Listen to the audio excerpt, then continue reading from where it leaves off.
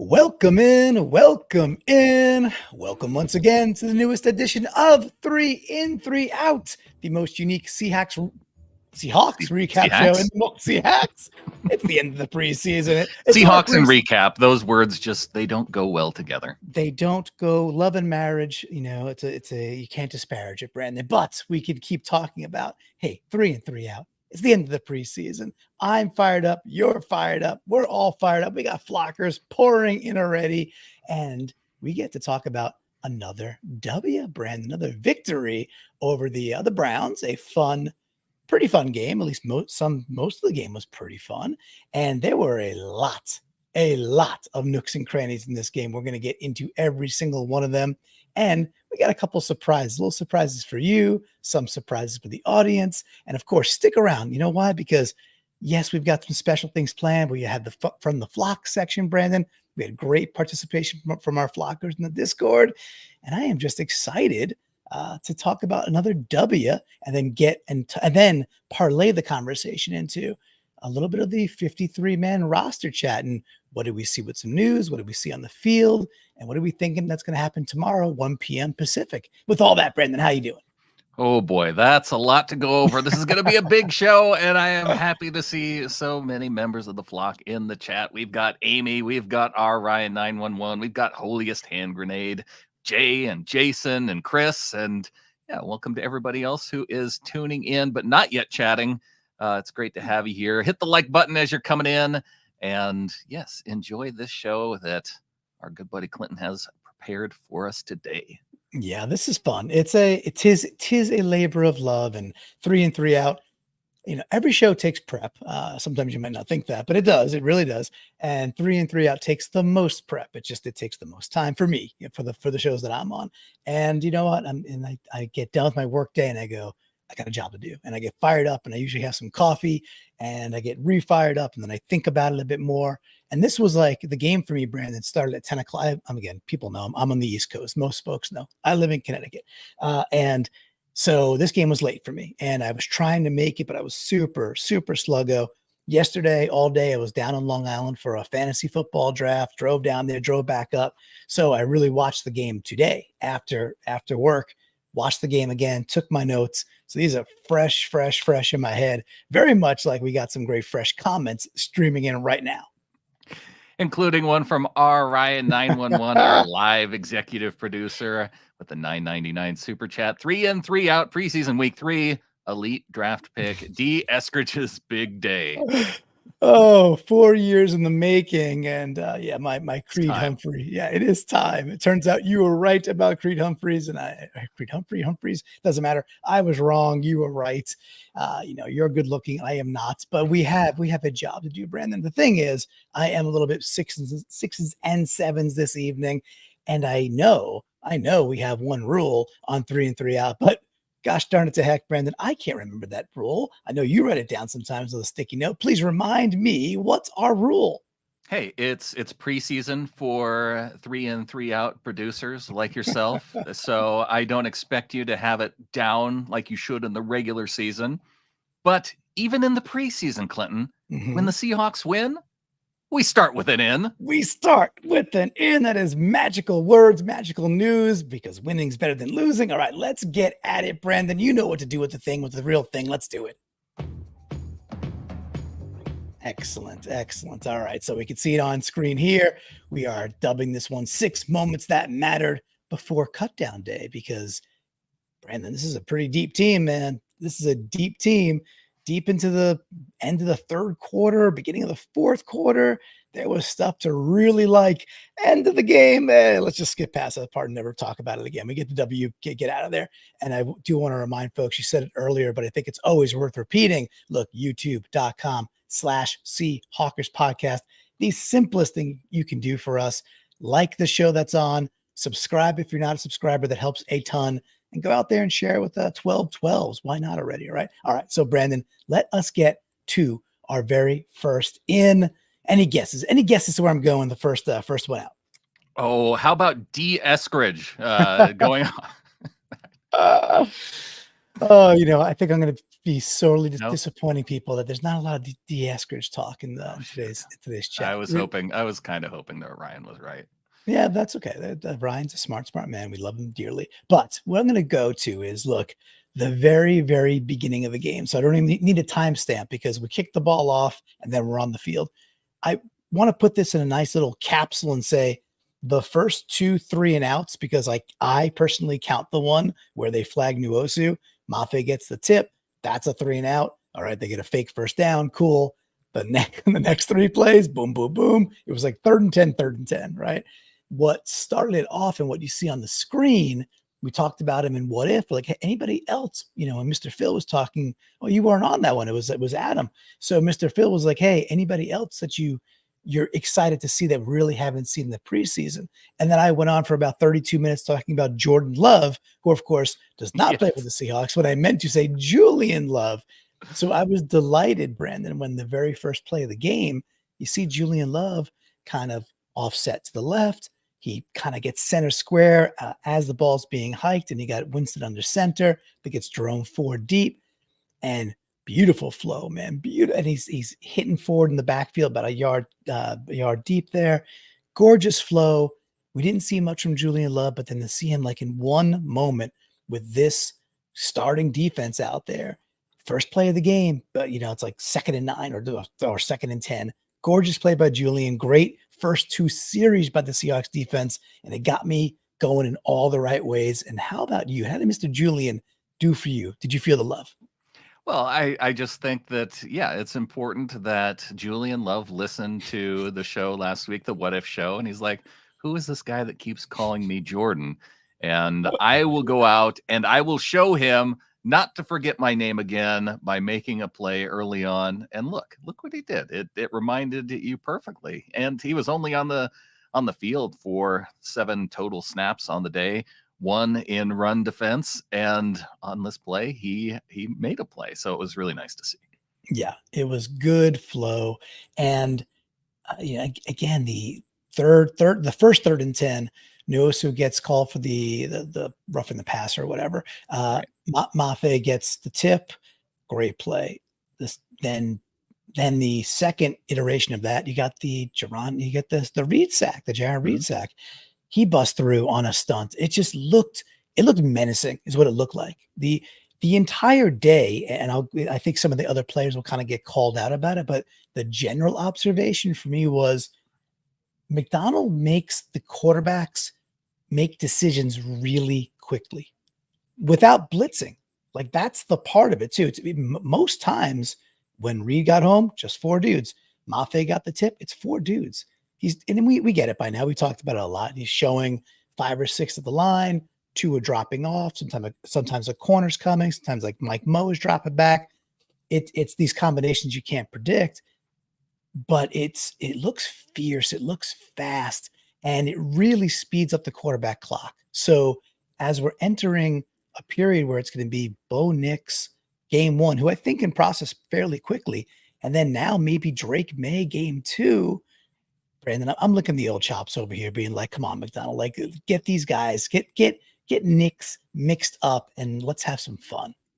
Yeah, I guess as we're looking forward to week 1, I kind of one of my hopes is that with Nix seeing that and feeling that pressure, that maybe we sit on some of those short routes rather Yes.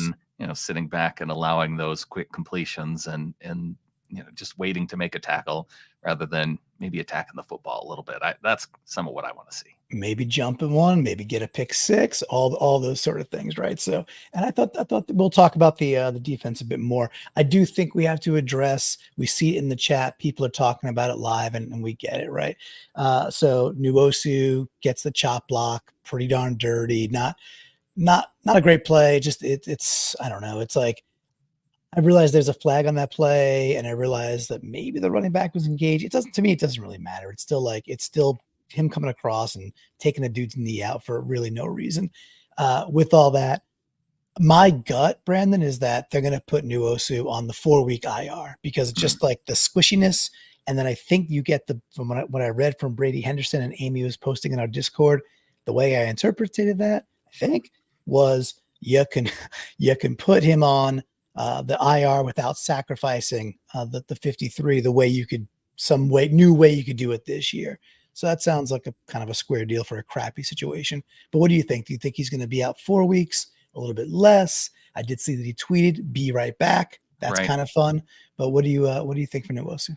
I think it could depend on how much of a game that John Schneider wants to play with regard to the roster, but also keeping in mind that it really does depend because one of the things, and Jay Smith pointed this out here live as we're streaming on YouTube, I heard that Nwosu is 2 to 6 weeks. The way they get those 2 to 6 weeks is that if it's a 2-week injury, it's usually a mild, like a grade 1 MCL sprain, which requires 2 weeks of rest. And then if it's a grade 2, it can be 4 to 6 weeks. And so they know it's not like fully it's not a grade 3. So they're guessing it's 1 and 2, which means 2 to 6 weeks. So I think until they get a real good picture on exactly what kind of injury they're dealing with, I don't think that they would make him sit out for 4 weeks if it's just going to be a 2-week injury. Like we really want Nwosu out there.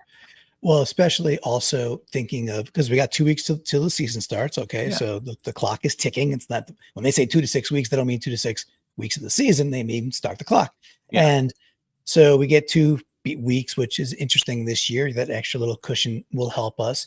And then if it's week 3 of the season, well, then it's Miami. And if it's week 4 of the season, it's Detroit.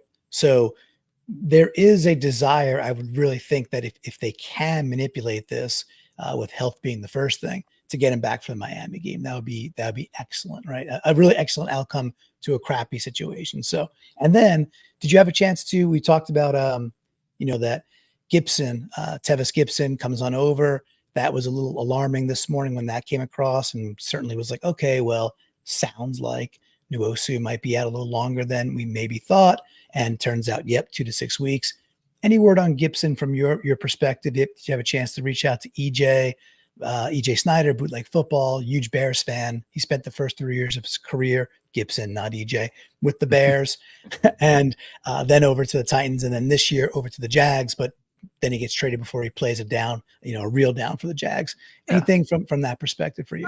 Just that EJ, he thought that Gibson had some upside, and the idea of pairing him then with Mike McDonald, that kind of gives him a ball of clay to deal with, and maybe a different ball of clay, because they give up Darrell Taylor, and I do see some people out in social media land kind of lamenting the Darrell Taylor trade right ahead of that injury to Nwosu. But I think that it was because Mike McDonald had made up his mind that Darrell Taylor could not set an edge. And this, would you have rather used that 6th round pick on someone else? Or, some of us maybe high on Jamie Sheriff, and seeing that news about Gibson kind of dashed our hopes that he might make the 53-man roster, still hoping for the practice squad. But he's Chris in the chat saying, let's hope he still isn't a Jag. I get isn't just a guy. I get it, Smokeock. Yeah, and I do want to talk about Sheriff a little bit later, and so I'll pause that conversation. We could dive back in there. At this point, I don't know. Thing is, we watch this team with white hot intensity. So when a dude pops off like Sheriff did, we're like, oh my gosh, there's no way he would sneak through. But we don't know that. There's still a very big possibility that a player like him or Halani, who looked really good, may sneak through. So there's still a ton to talk about. It was mostly ins, I thought, especially that first really 3/4 of this game. I think we look like a better roster and a much, much deeper team. I realized they had kind of the 1.5s out there and the 2s when we had our 1s to start the game. But hey, that's what you're supposed to do. Just be a menace to Jameis Winston, make him throw some balls where he doesn't want to. And then when their others came in, just kept on hounding them all game long, which is really, really cool. So, all right, let's hit the whammy. We do have some not so great things. All right. Yeah, all right. All right, we're over to out number 1. Let's see. Let me just put this on screen. All right, Brandon, I don't know. I remember watching the recap show that you and Adam did the day after, And I don't remember if you talked about this guy or not. You may have. But of the dudes who started for us, and realizing not all of our starters were out there, but a lot were on defense, was there one player to you that was just kind of repeatedly looked out of place? Like, what do you think? What do you think my answer is here? Are we talking offense or defense? Defense. Yeah. And the only Seahawks starter that looked out of place on defense, in quotations, started the game. It just, to me, just kept the one that got picked on. That's how it felt. That's how it felt to me. Did Jonathan Hankins start? I don't know. I don't think Hankins started. Plus, like he did. Oh yeah, he did. He did the first 2 snaps and was out. Okay. Yeah. No. Somebody who played more than that. Then it would have been. Any guesses? Any guesses in the chat too? So if anybody think, let's play that fun game. Anybody out there that wants to guess? Who did you notice? But yeah, keep on rocking through it. Artie Burns.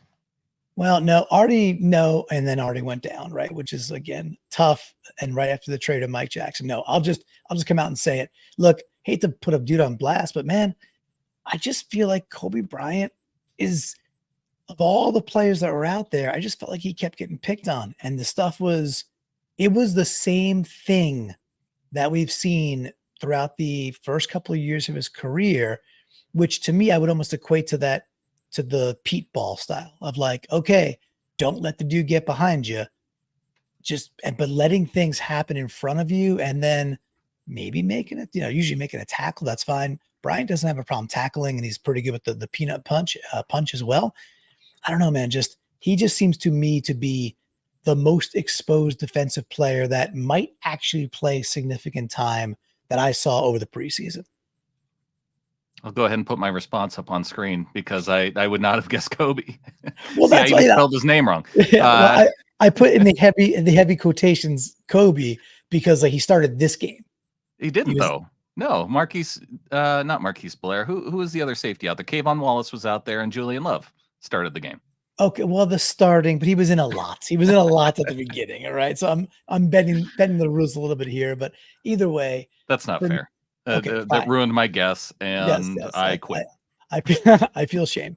The touchdown that got over the top, I don't know if that's on Bryant. I think it was, but there was just stuff over the middle too, where that fierce safety presence of someone that really will come down and smack you, like on time smack you. I just still don't see it from him, man. I don't know if do you think there's any surprises when it comes to tomorrow's cutdown day? And is Coby in any sort of danger with the Jenkins injury still looming? I think because of Coby's versatility, his ability to play safety, his ability to play corner, I think that it's likely that he still makes the team.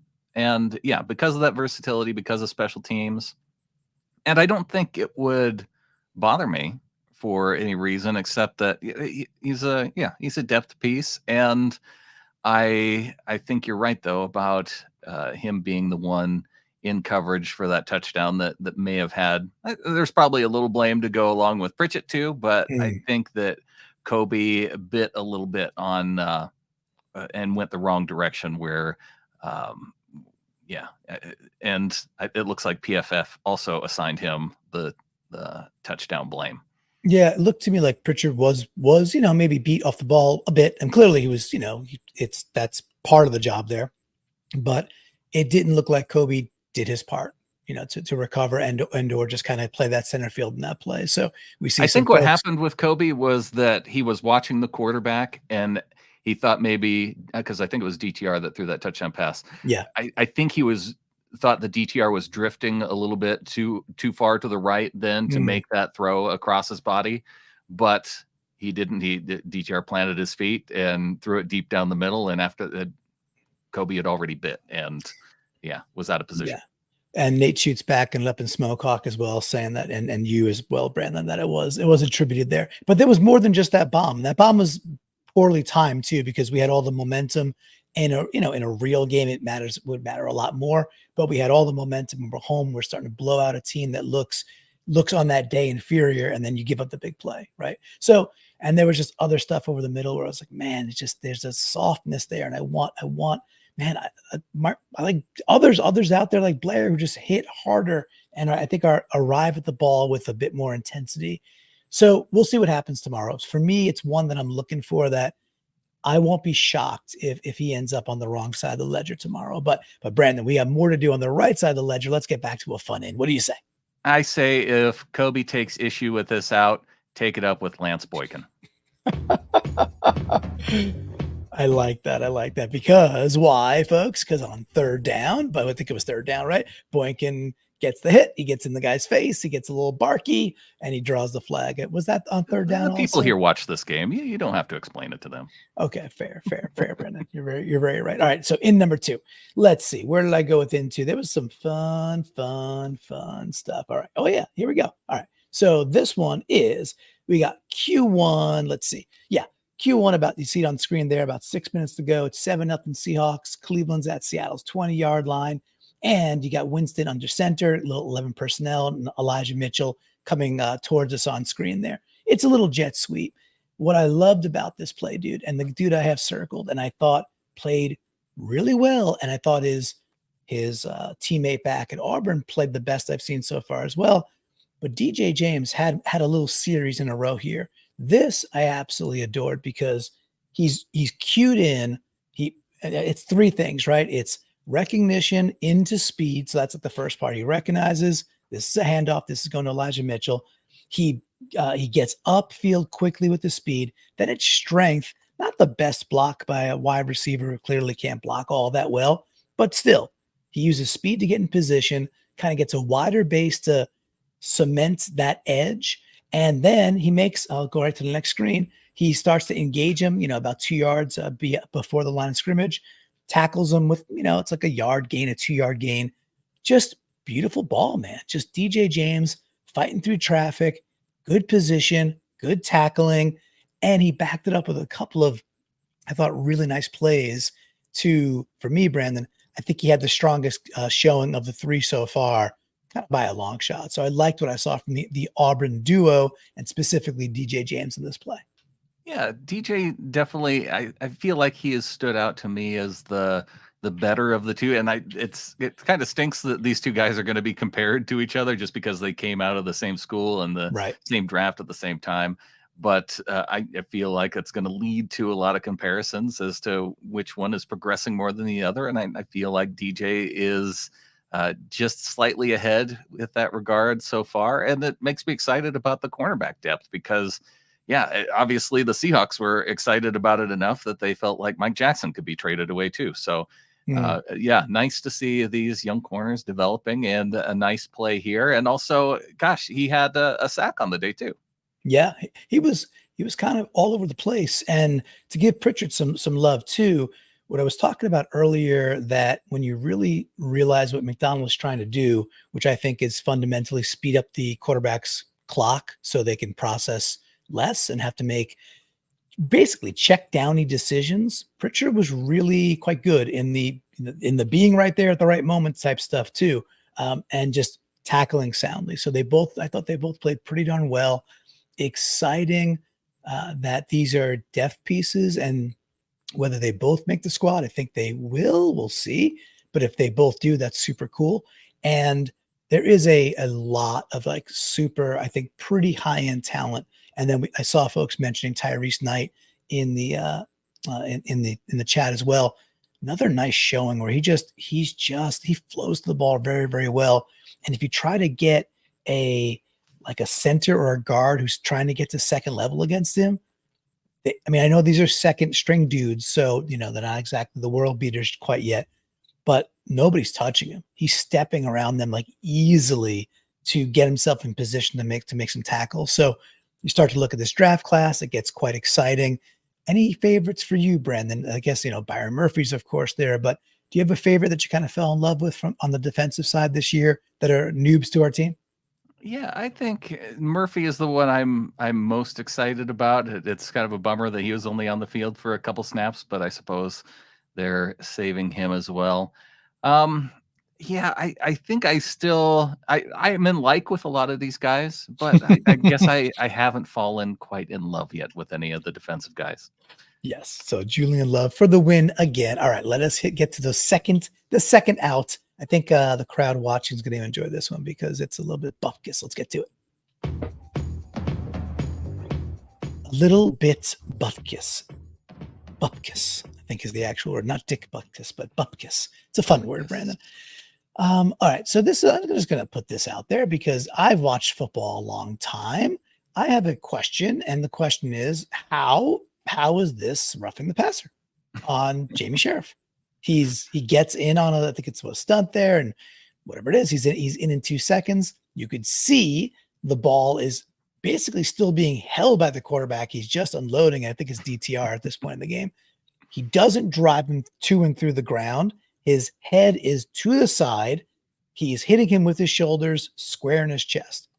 Brandon, at what point in the NFL history did this become a roughing the passer? Because this is just egregious. And I also want to put some shine on Sheriff, who, I want to talk about that guy a bit. So the in is for not roughing the passer on a play where the officials believed him to be roughing the passer. Yes, this is how we manipulate outs in the preseason towards ins, and you picked it up. This is what I'm doing. But I mean, in your estimation, when you watched it and then maybe watched it back or saw the replay, did you think ever that this was a roughing the passer or just another egregious, terrible call? I think I'm with Smokehock and Michael Bennett, and during the show saying that he forgot to send an email asking to tackle him first. He should have stopped. He should have banged out a quick text to the quarterback and said, "I am about to sack you," and then CC'd the officials, and then it would have been legal and okay. Yeah, it was insane. I hope it's just one of those, it's still the preseason and they call it this way, but it's just super bad. And then on the back end of this play, they call pass interference. And I'm like, you know what? It's super ticky-tacky. It doesn't matter because everybody got him for this, but super ticky-tacky. And I'm like, come on, guys, like, let them play a little bit. We are here to watch dudes who are trying to make a roster play. And then later we get pancakes from Christian Haynes that they're calling. They call a hold, taking away a huge opportunity for White and another touchdown that he was put on the board and a drop in the bucket from Howell. Yeah. Frustrating, man. I just think let the boys play a little bit and swallow the whistle so we can actually get these stats on the board and make them stick. Are we what side of the ledger are we on? I don't know anymore. Let's hit the wham. Let's get back to fun stuff. It's the preseason, folks. Oh, that was an out. Okay, an out to the officials. Yeah. We're not letting Sheriff do Sheriff things. They can kick rocks. These officials, I tell you what. Although he was kind of funny, at least when he messed up as well, because I do that sometimes too. All right, so I have a riddle for you and the entire flock here watching us live or watching it later. So here's the riddle, Brandon. I'll read it. A riddle. ... Brady Russell, McClendon Curtis, Christian Haynes, and Laviska Shenault walk into a bar. What does the bartender pour them? Pancake batter. Pancake batter is a good answer. That is a very good answer. It would probably be on the board if this was Family Feud style. It's not. But I do want to put on screen before I give away the answer. I want to showcase what's happening here, right? So what we're looking at, this is the Kenny McIntosh house call. What's it, 50-something yards, 51 yards, whatever it might be. I also want to point out to everybody listening and watching, first of all, execution all day long. You got Haynes getting, bumping the first guy, getting to the second level. You got McClendon doing his job, sealing that up. You got Laviska coming in motion, doing a great job there. Huge hole for McIntosh. And you got Brady Russell just sealing his guy, kicking him to the outside. Just for a second, also think about those 4 names, right? Yeah, McClendon Curtis, Christian Haynes, Laviska Shenault, and Brady Russell. 4 dudes that were not on this team besides Brady Russell, that maybe halfway through the year last year, right? Yeah. But really, really cool to see such high-level play from 4 dudes that are probably making, 3 of the 4 definitely making the roster when it gets cut down tomorrow. Probably 4 of 4. Very exciting. McIntosh to the house call. But no, that's not the answer. Anybody know it yet? Brandon, I think we have some audio that we should play to give away the answer to this one. So hit it, my man. Here's Kenny McIntosh. That's it. Through the room. Touchdown, Seahawks. Oh, there it is in all its glory. There it is. He gave him the stiffy. The answer, of course, is the stiffy. So McIntosh gets to give the stiffy to poor number 31 downfield here. It's set up and nooks and crannies. It's because 4 dudes who basically were not even on the team last year. Yes, I know Brady Russell executed in the brand new offense in the run scheme that creates space. We've been talking about space creation. And this is McIntosh. Wait until it's K9. McIntosh doing a heck of a job. Wait until this is K9, man. So Keith, good job with the, what do you call it there? Did he call it stiffy? What's he got there? Belated answer. I think you already said it when he typed it. I love it. Good job by Flocktimus Prime there. Yes, the correct answer is the stiffy. Wonderful job by Michael Bennett. I was watching it today, cracking up. The guys, they had me absolutely rolling there. So, Brandon, what'd you like about this play, though? Please give me your perspective, maybe even beyond the stiffy. I like the block by Shenault. That was what really sprung this wide open. And then also, just the positioning of McIntosh, because 31 Williams, he's not a significantly bigger guy than McIntosh, but enough of a bigger guy. Like he's got a couple inches on him and probably a good 20 pounds. And I saw today that the Browns had relatively scrubbed their website of number 31 after this play. So that's, unfortunate for him that this ends up going out, is one of his final moments on the team. But Kenny McIntosh, it turned into a highlight for him. And that's the guy I care about most. I love it. I love that you love that too, and that you care about most. Chris, I want to answer Smokehawk. He's asking, wouldn't that be McIntosh who said the 31? Chris, what you're failing to realize is McIntosh is the bartender. See, this you gotta, yes. We gotta go deep here on 3 and 3 out. All right, so those are the ins. Let's hit the whammy. Brandon, do it, please. Hey, it's the preseason, so guess what? I'm going in for you can't do anything about it. That's how it goes. There was too much good here, and I wasn't gonna go pick apart the last 10 minutes of the game when it's just there's guys that just they're not gonna make the team, and I hate picking on dudes that aren't gonna make the team. They're out there doing their best. So I got a second in, and we got something second on the board there. Take it away, Brandon. We've got Nate Schutz coming in with a $5 super chat. I was thinking something to do with holes. Just started thinking about donuts. Well, that's a delightful idea. Well, speaking of donuts, I used to not love them. I'd be like, let me get ice cream. And by the way, ice cream to me is still top tier. If you're going to do a treat, ice cream to me is the thing.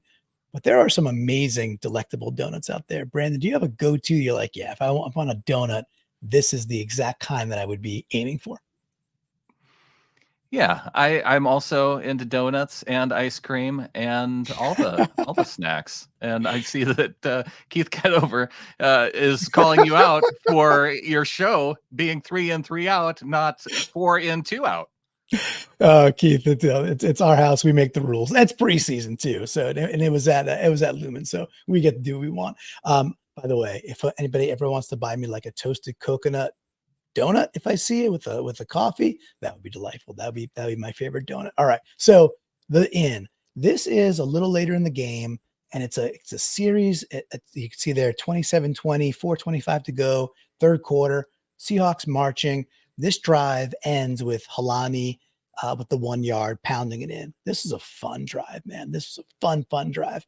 The drive and Halani looked really good. I'm still super torn, man. I don't know who is the better back is. I really don't know between Halani and McIntosh. I'm just so on the, can we keep 4 running backs, please? I would hate to expose one of these guys. If they do expose one, I guess it'll be Halani, because I think we talked last time, McIntosh has the bigger name, but I do like Halani. But the reason Halani isn't going to break one for 64 or 56 yards. Yeah, but I don't know. To me, he's a bit stronger too. He's stronger through contact, and I think he's still a better blocker. But I'm not talking about Halani here. We are talking about him, but it's because of Mike Jarrell. Jarrell looked really good in this series. So as much as we got to see McClendon Curtis like play different tackle positions when he's really a guard. By the way, Curtis got burnt for a sack. He just got beat off the edge again when he was playing left tackle later in the game. He gave up that sack. Blindside on Hal, not great. Yeah, it was Hal. It wasn't PJ Walker at that point. But Jarrell, man, he looks, for a big man, he looks very athletic out there, getting in space on this particular play, just kind of almost a little toss sweep to Halani. This goes for like 8 yards. And then the very next play, I'll just go to it here. He pancakes a dude. Right away, the guy tries to get to his outside. He just lifts him off the ground and plants his butt. And I think it's an easy reception. A little catch and throw there for another first down. Dude, he looked pretty good, Brandon. He's been getting buzz from the beat reporters. What do you think his chances are? Because I do like to kind of anchor this back because tomorrow's cut down day. Mhm. What do you think's happening with Jarrell tomorrow? I think, I think he would be one that's on the bubble. My guess is that he is one that ultimately slides to the practice squad just because you have enough depth there. But it may depend too on his ability to play guard and just how many interior guys they end up keeping. I have such a hard time making any predictions, just not knowing quite the history, and we don't have anything to really build off of. So going toward the depths of which guys are on the bubble, I don't want to make a ton of predictions. I just kind of want to wait and see what happens. I hear you. It's tough, right? So that's not. I'm not even gonna get on your case about that one because I can't either. What I can say is, I think they put McClendon Curtis in hard scenarios throughout the preseason because he's clearly more of a guard. Okay, so we saw him get exposed on the edges, but it's like he's doing the thing they're asking him to do. Go play there. He's going to play there. All right, maybe, and they maybe like the versatility. However, if the job was to keep a tackle on the 53, and whether it's a swing or not, just to keep a tackle, I think Jarrell's a better tackle. So I just don't know what the math is going to look like and what that mixture needs to look like for Schneider, McDonald, and Grubb and Huff and the whole team there. So that to me is going to be, it's 1:00 Pacific tomorrow with the final cut downs. They are leaking out, which is kind of interesting this year that like it's getting leaked, like who's being cut kind of in like a rolling thunder style way. So we'll see how this happens, but I don't think I'll be mad one way or the other. I do think at Jarrell's size and athleticism, pretty tough dude to expose. He could get nabbed, but I guess we'll see. So, and go ahead. Yeah, it could be. It just, and there was a reason why they traded for that, because didn't they trade a future pick then to move back into the draft? He was the final draft pick that they used, and came from a college that none of us heard about. It's because he has that type of athleticism, and you can see it displayed on this play, just the leverage that he shows by putting that guy on his back. And that's why you go out and get that guy. And I think that there's probably enough developmental type guys out there that there aren't going to be, because one of the things you have to remember, that if you cut a guy, or if there's a team that wants to sign him, they have to sign him to their 53 right away. And so that's it's kind of tough when you're a team and you're looking at a second or third type offensive lineman piece that maybe you just want to develop, but you don't have a lot of familiarity with. That's what I think leads guys like Jarrell to go ahead and slip through to the practice squad. Yeah, we're going to see tomorrow. We're doing this live the night before, and Nate Schutz bringing out a nice point too, just saying he thinks he's more valuable than Forsyth at this point. And I'm assuming he'll take that as he'd rather keep Jarrell than Forsyth if it's between those two. So we'll see how that all shakes. Well, look, I did take 4 ins off the board. That's the way the cookie crumbles sometimes, not always, and we won't be doing that in the season. There is that one other little extra rule, by the way, in the season that if we get a shutout, I want to remind people, if we get a shutout, it's all ins, baby. It's all ins. It was like a couple of years ago now. Haven't happened in a while with the McDonald defense. It sure would be super cool if we could have an all-in show. With that, Brandon, Now that you reminded me of the one rule, I do remember that the additive we added a couple of years ago that Mhm. not only when we win do we start with an N, but we also get the brand in. So let us get to that. It is on screen. Man, if you want to hit the whammy to get yourself fired up, I wouldn't be upset about it. I'll tell you that much. There you go. Yeah, rolling in with the whammy. Here Yeah. we go. Yes. Here we go. All right. So I took 4 off the board, Yeah. talked about a lot of stuff, but I still think there's meat on that bone for you, man. I don't think we gave Laviska Shenault enough credit for the block that he provided and breaking the McIntosh run. So I'm going to go back to the play before the big Aha. run when it was just a quick out to Laviska Shenault out toward the sideline. And if you remember the play, it wasn't the greatest throw. He actually had to, it was thrown behind him. Yep. Laviska Shenault has to reach around his back to get the pass in, spins around, keeps his balance, drives up the sideline for the first down. It's that type of move that told me, Laviska, if you can take a stray pass like that, maintain your balance, and then drive through defenders to get a first down, you are the gadget man that I need in this receiver group. Laviska Shenault, get my in.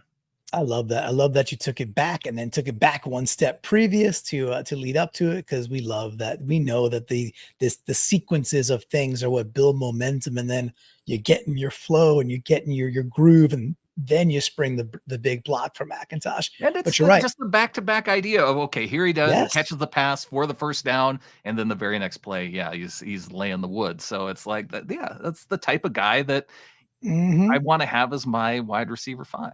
Yeah, it's exactly right. And he's going to get a lot of touches. It would not surprise me at this point, after seeing the entire preseason, if he gets more touches than Bobo does in the regular season. And that's not because Bobo's not valuable. Bobo has a role, and Bobo will be moving third downs. He's going to score a few touchdowns, if not more than that.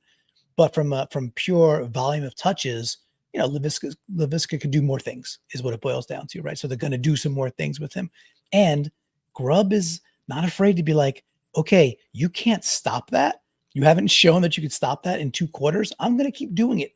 And that's, again, something we talked about Waldron not being able to do, to recognize what's working and then really lean into it and be like, okay, prove you could stop this.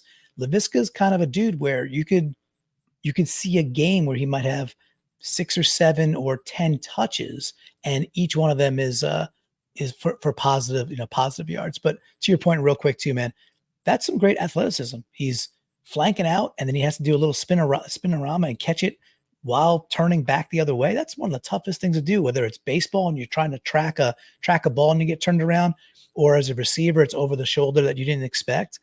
Most dudes flounder with that. To see him do that in motion and then get upfield real quick, Brandon, all I could say is, I love your Brandon, dude. Well done.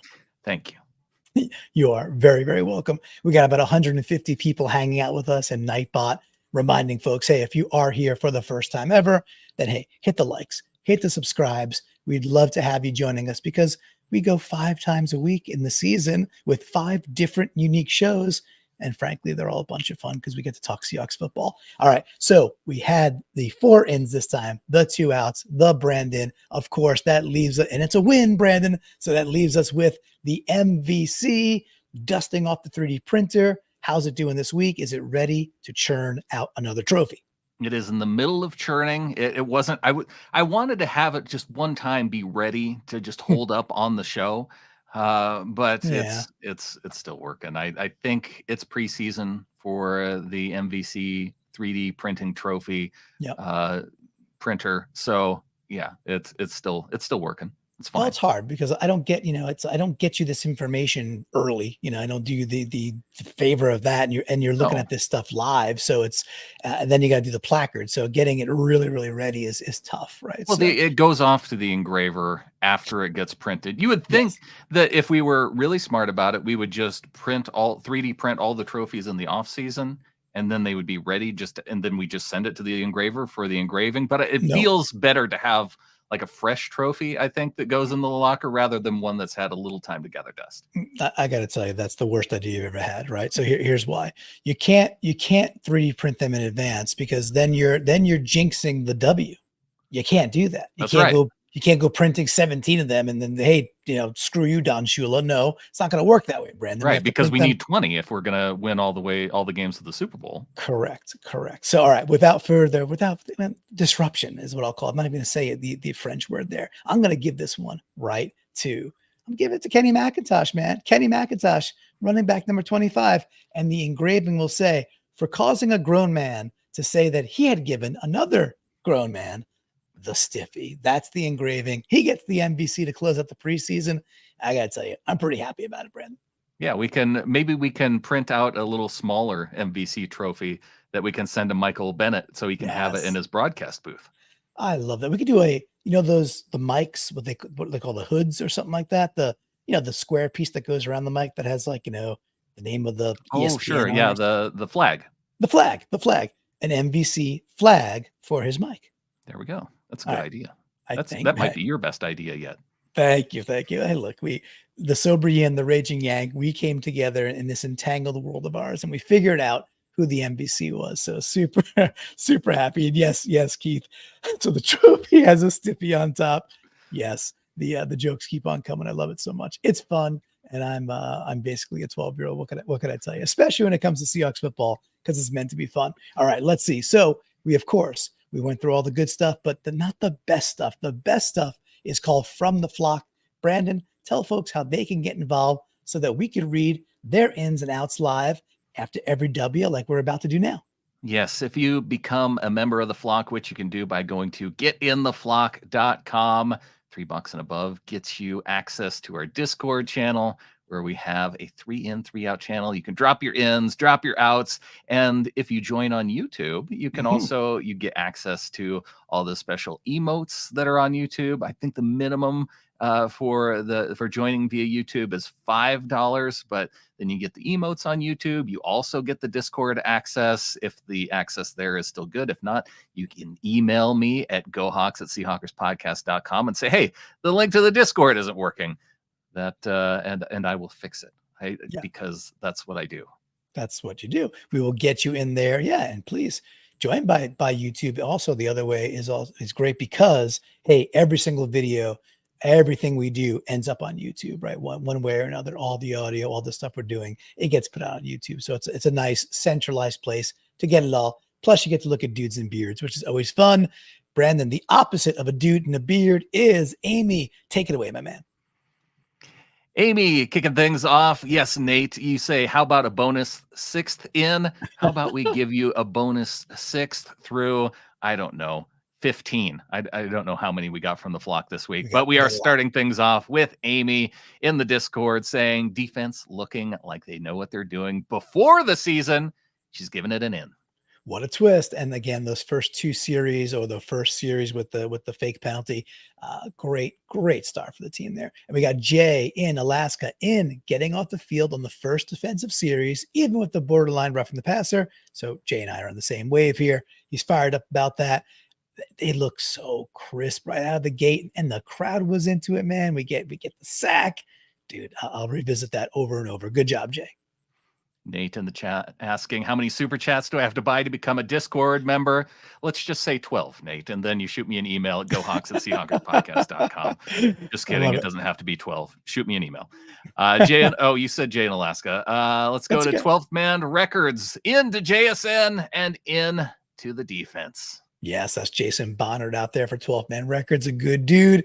Back to Amy, because you're going to like this one. In Shenault with the awesome block to Spring McIntosh for the touchdown. By the way, into this Discord, that one got all the love. Everybody agreed with her. So then she agreed with you. And we are celebrating Laviska all day long here, man. We've got a live in from Nate Schutz saying, Tyrese Knight making an awesome tackle after beating a block. I think that was one. Was that the one that was kind of a bit of a screenplay? And yes. he was he made a nice move to get to the. Yeah, it did. A little okey doke and got to it and stuck him. It was nice, man. Tyrese is he's playing pretty well, dude. I like him. All right. Always loving Frost in the Discord. Of course, we know Frost out here is Ryan, live on YouTube. So in the punt return by Clinton's guy, 4 years ago, I was pounding the table for D. Eskridge, and 4 years later, I admit I was not correct and Brandon was right. He goes out, penalties. Yeah, yuck. And then in, Myers absolutely nailed that 58-yarder. And Goodyear Myers is back. What can we say, Brandon?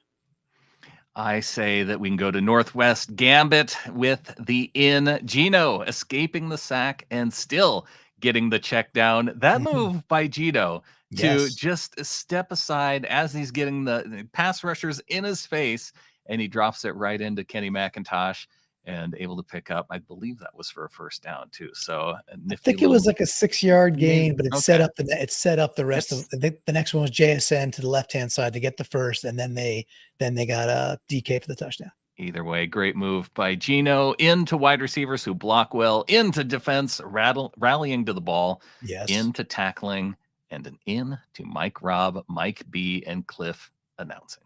Yeah, and earlier Jane Alaska called out that escape by Gino, but as an out for McIntosh for missing a block. And I actually watched it a bunch of times, and it seemed like a decision.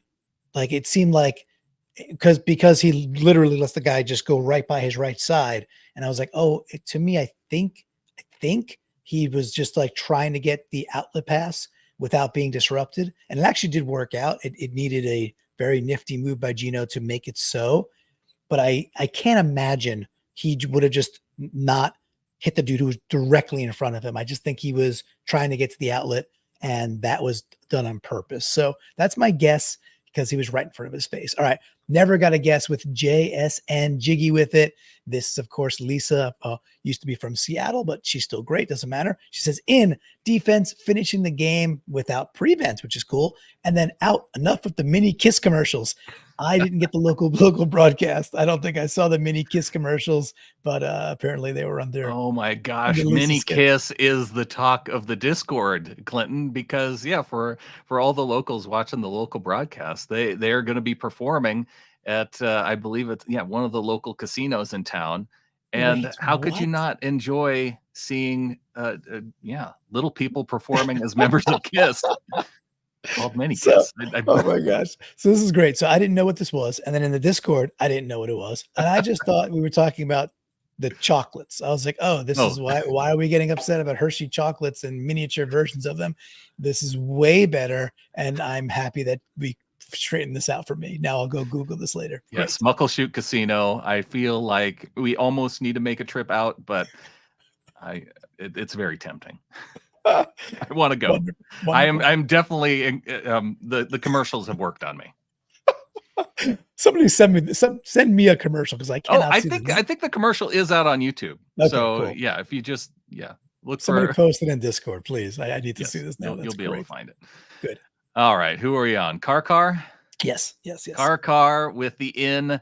The value in getting a player like McIntosh with the 7th round pick is amazing. Yes. And then how about a UDFA with George Halani? Is that even more amazing? I know McIntosh had the bigger plays. I realized that. I don't know. I'm still, can we keep 4 is what I really want, because I actually think Halani might be a little better, which is saying something because they're both quite good. All right. With the fork, saying the same thing, goes in, running back depth. He says out. We can't have 53 of them on the roster. This is a conundrum, man. I don't know if we're going to keep 4, but I wouldn't be mad if we did. Oh, Keith with the one-liners in chat. All right. Life is better when Ketover's live. Let's just face facts. Let's close this off with Josh the Human or Josh Dahuman. And let's wish Josh and his wife congrats on their newborn baby. And he's got a list of 5 ins, just 1 out. In, I'm really liking Howell. In, D. Eskridge finally showing some returner talent. Into McIntosh and Halani showing they are going to make this team for sure. C, Josh is in. 4 running backs. Sheriff making the case to make the squad. In, dynamic offense and defense, loving the new schemes. Out, of course, to the injuries. Nuosun Burns. Yeah. And do we know about Burns yet? I know that he was the one that was, carded and all that jazz. Any word on Burns? And obviously we know about Nuosu, but I haven't heard a lick about Artie Yeah. yet. I haven't seen on Artie yet either. Yeah. All right. Well, hopefully, look, I'll tell you what's going to happen, by the way, which I will keep on saying until it comes true, because it will come true eventually. Big play Trey. Big play Trey is going to eventually move into some slot play this year, because he will be awesome in the slot, and McDonald wants to have versatility, especially if Burns is down for a bit. We did have Rising Hawk. Or just put Trey out on the outside where he belongs and use Witherspoon on the inside. I hear you, but but McDonald wants to not be predictable with his players, and he wants to put Spoon in different positions to be successful, knowing how good he is. So it will not shock me. And in fact, I will take the biggest victory lap when we see some Trey Brown playing the slot like he should be playing, because he will be so darn good. He's a really good corner already. He will be so good the day he plays slot corner for us, which is most. Keep waiting, Clinton. It's going to happen. All right. We did have Rising Hawker also in with a bunch of ins that we did talk about already. They were all basically, hey, the offense did really good. One more from Josh DeHuman, and then we'll close out with Bloomy, of course. This was cool from Josh. He says Seahawks offense averaged 9.1 yards per play in the first half. That's pretty good. Not on like successful plays, not on run, not on pass plays. Their average play earned 9.1 yards per play in the first half. That's pretty good, Brandon, the last time I checked. It's pretty good. You'd think I would be better at recognizing when that we're closing this from the Flock segment, because it generally does close with Dave Hawk Van Dyke, and he's giving the in to Myers finally flipping his calendar, and an in to having full confidence in Sam Howell as our backup. Well, Brandon, I botched the beginning. You botched the end. Let's call the whole thing off already. Why don't we? Right. So now we got 2 weeks to get kind of recentered, get ready for the Bo Nix led Broncos, invite them up to the PNW, and start the regular season. Hopefully we get a little bit healthy, no new injuries, of course. And tomorrow's cut down day. So I don't know, Brandon, are we planning on doing something after cut down and after the roster is announced for tomorrow? I think that is the plan. I think at the very least, Adam and I will be going live. If you can join us too, then we'll do a live cut down day special tomorrow evening. And it'll be a little bit bittersweet, I think, for some of the moments. But hey, we're going to know who on this team we're going to be rooting for on the 53-man roster starting tomorrow. Well, always a blast to do this with you live, even when it's even when the beginning and ends get messed up. Tomorrow, I just might hang back and just hang out with Keith Ketover live and just do some funny chiming in, because that's always fun. And Brandon, I think with that, my man, there's only one thing left to say. Go Hawks. Go Hawks.